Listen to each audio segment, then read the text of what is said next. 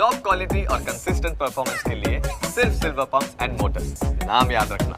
विपक्ष कांग्रेस द्वारा वटवा विસ્તારમાં કરોડો રૂપિયાના ખર્ચે બનાવવામાં આવેલા ઈડબ્લ્યુએસ આવાસ યોજનાના મકાનો તોડી પાડવાને લઈ મેયર પ્રતિભા જૈનને આવેદનપત્ર આપી આવાસ યોજના તોડવાના કૌભાંડ મામલે સીબીઆઈ તપાસની માંગણી કરવામાં આવી છે। જાણીએ શું છે સમગ્ર મામલો।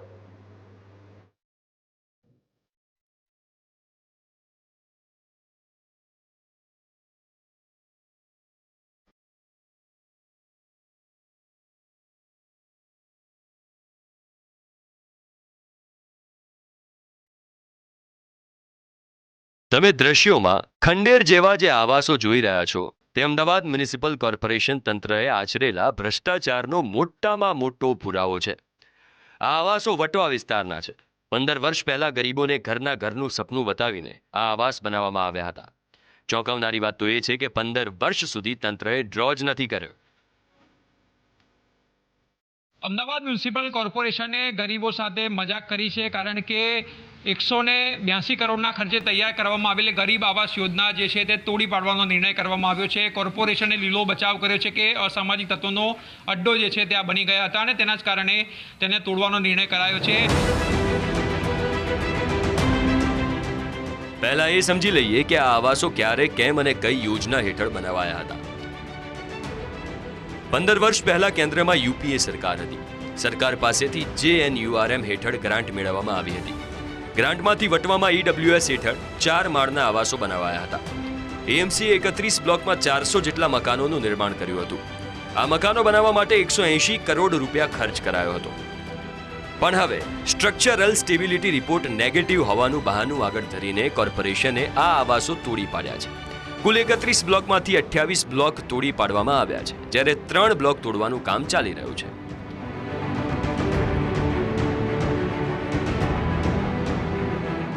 વટવાની અંદર ઈડબ્લ્યુએસ આવાસ જે બનેલા હતા, મોટી સંખ્યાની અંદર જ્યારે આ આવાસ હતા તેનો સ્ટ્રક્ચરલ સ્ટેબિલિટી રિપોર્ટ નેગેટિવ આવ્યો હતો। લગભગ 15 થી 17 વર્ષ પહેલાં આ આવાસો બનાવવામાં આવ્યા હતા।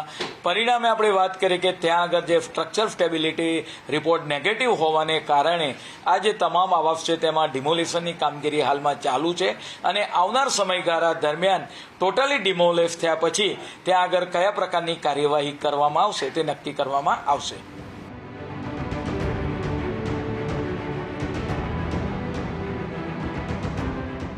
અરે ચેરમેન સાહેબ, ભોળી પ્રજાને શા માટે મૂર્ખ બનાવી રહ્યા છો? છેક 15 વર્ષ બાદ સ્ટ્રક્ચરલ સ્ટેબિલિટી રિપોર્ટ સામે આવ્યો તો અત્યાર સુધી તંત્ર કરતું તો શું?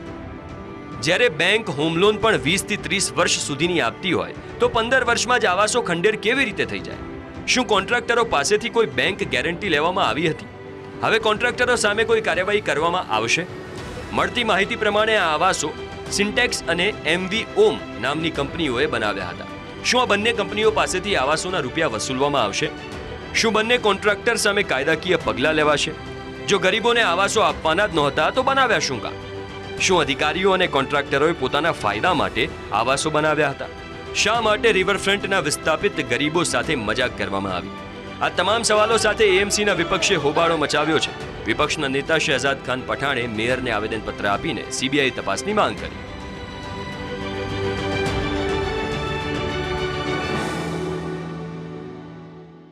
उस समय के जो कॉन्ट्रैक्टर थे, 2 कॉन्ट्रैक्टरों के द्वारा ये कार्य किया गया था।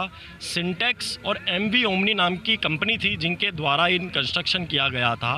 उनके ऊपर अहमदाबाद म्यूनिसिपल कॉर्पोरेशन अब क्या कार्रवाई करता है, उस समय जो संबंधित हाउसिंग डिपार्टमेंट के अधिकारी थे उस पर क्या कार्रवाई करता है, सबसे बड़ा सवाल तो आज यहाँ उठता है।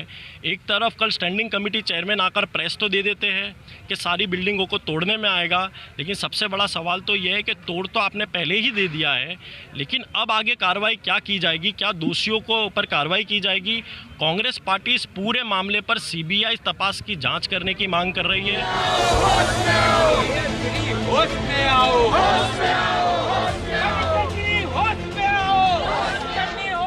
વિપક્ષનો આક્ષેપ છે કે તપાસથી બચવા માટે કોર્પોરેશન આ આવાસો તોડીને પુરાવાનો નાશ કરવાની કોશિશ કરી રહ્યું છે।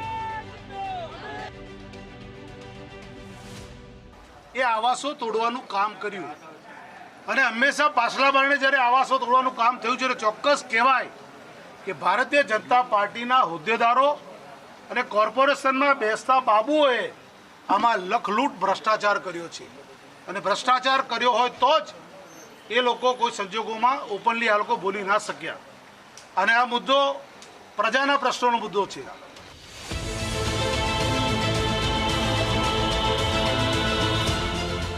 વટવા રેલવે ક્રોસિંગ પાસે બનેલા આ આવાસો રિવરફ્રન્ટના વિસ્થાપિતોને ડ્રો કરીને ફાળવવાના હતા, પણ ડ્રો ના કરાયો અને વિસ્થાપિતો ત્યાં રહેવા પણ ન ગયા.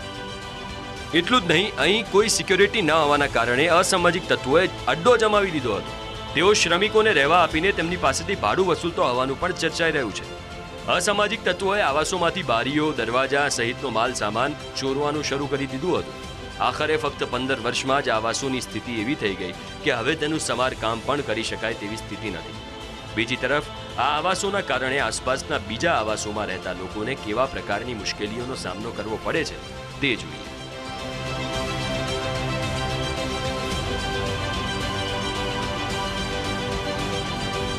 मैं यहाँ 7-8 साल से रह रहा हूँ सर, और कॉरपोरेशन में मैंने कई बार जो है जा के कंप्लेंट्स की.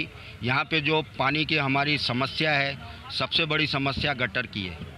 दूसरा फिर उसके बाद यहाँ जो बिल्डिंगें बनाई गई हैं ये पूरी जर्जर हो रही हैं और यहाँ से प्लास्टर निकल के नीचे गिर रहे हैं. डर तो ऐसा लग रहा है कि हम मौत के मुंह में बैठे हुए हैं. यहाँ की सीढ़ियाँ पूरी टूट गई हैं.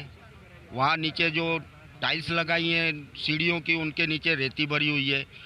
डर तो है જ ને સાહેબ, બધી રીતે ડર છે, બેસવામાં ઉઠવામાં બધી રીતે, કેમ કે ચારે બાજુ ખાડા જ ખાડા છે.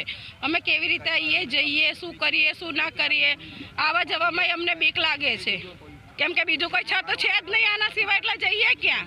એટલે જે છે 9 સાલથી અમે લોકો ભોગી રહ્યા છે, સુખ છે દુઃખ છે બધી રીતે અમે જ લડી રહ્યા છીએ.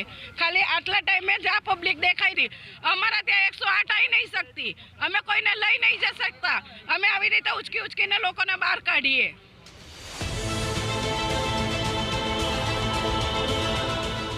સમગ્ર પ્રકરણમાં હવે સૌથી મોટો સવાલ એ છે કે આટલા વર્ષોથી આ આવાસો ખાલી પડ્યા હતા તો કોર્પોરેશને શા માટે ડ્રો ન કર્યો? શા માટે કોર્પોરેશને લાભાર્થીઓને આવાસો ન આપ્યા? આશુતોષ ઉપાધ્યાય અને મિહિર સોલંકી, ન્યૂઝ કેપિટલ, અમદાવાદ.